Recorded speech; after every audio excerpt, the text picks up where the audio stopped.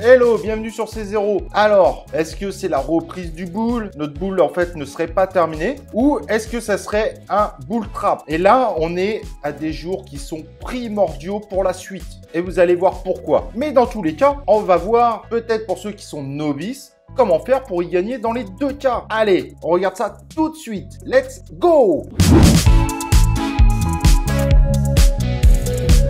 Alors comme je disais, c'est terrible. Est-ce qu'on est vraiment dans la reprise du bull ou est-ce que en fait c'est un bull trap? Et on est à deux doigts de savoir un peu ce qui va se passer. Alors évidemment, on n'a pas de boule de cristal, mais si on regarde un petit peu le passé, donc 2017, on peut faire des comparaisons très intéressantes. En fin 2017, début 2018, le marché avait rechuté, mais était remonté jusqu'à 90% de la TH. On va parler du Bitcoin bien évidemment. Et ensuite, ça a été la rechute totale. Et ce qu'on vit en ce moment, ça ressemble à ça sur une période un peu plus longue, mais qui voudrait dire dans ce cas, si on est un peu dans le même scénario, que si on dépasse en gros les 56 700, eh ben ça pourrait montrer au final que on serait plutôt en boule. Mais évidemment, et on n'est pas loin parce qu'il y a encore une hausse assez violente ce matin, qui nous amène au moment où je fais cette vidéo à avoir un Bitcoin à 55 800. Donc on s'y approche fortement, mais selon ce scénario du dernier bull run, c'est à ce moment-là, du moins on est au moment qui est très proche, où le marché a fini par réellement chuter fortement. Et quand je dis chuter fortement, c'est que si on essaye de comparer cette année, eh ben on pourrait aller vers une chute qui va vers les 22 000 $. Évidemment, ça ne sera pas une descente instantanée, il y aura encore des pics. Mais voilà, en tout cas, le scénario qui se prépare si on est en effet en bull trap. Par contre, en comparant avec 2017, il y a aussi la possibilité de se dire qu'en fait, on est juste au démarrage du bull. Et ça, c'est également un scénario évidemment beaucoup plus favorable qui amènerait, si on est toujours un peu sur les mêmes proportions, nos bitcoins à aller sur du 165 000 $. Et ça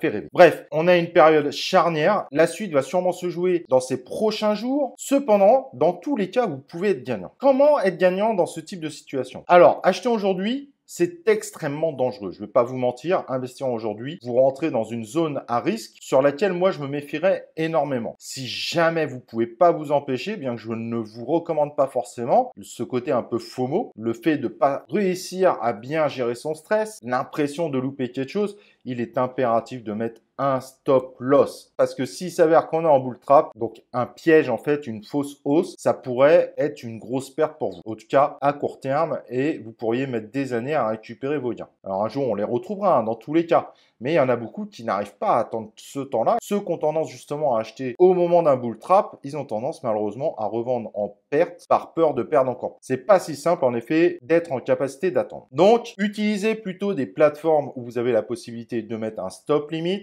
Allez voir comment bien formaliser votre stop limit. C'est pas si simple à poser. Et même pour ceux qui misent la hausse, on l'espère d'ailleurs que ça va aller vers les 165 000 $. Ça fait rêver. Je vous recommande également de mettre des stop limits parce qu'un jour ou l'autre, cette hausse va évidemment casser. Et ce qui est intéressant quand ça casse, c'est que vous pouvez faire sur le coup une très bonne affaire. Donc si vous êtes déjà en gain par rapport à ce que vous avez, mettez des stop limites. Ça peut être aussi par palier. À chaque étape, vous dites, bah voilà, je récupère une partie de la somme. À la fin, vous gagnerez certes moins, mais au moins en cas de chute phénoménale, même votre stop limit ne sera pas problématique. Et si vous utilisez bien cet outil, donc vous mettez votre stop, celui qui va déclencher. Ensuite, vous allez dire à combien vous êtes prêt à vendre et vous laissez un écart important entre les deux. Si ça fait un petit moment que vous êtes dans la crypto et que vous êtes déjà bien en gain, n'hésitez pas à laisser 1% entre les deux de façon à s'assurer que vous allez vendre. Parce que parfois, il y a certaines chutes qui sont très hard. Donc, plus vous limitez en fait cette zone entre les deux et plus vous risquez que en fait le déclencheur se fasse, mais d'un coup, comme la crypto baisse, si vous avez misé par exemple juste 0,2% entre les deux, bah, si la crypto d'un coup baisse de plus de 0,2,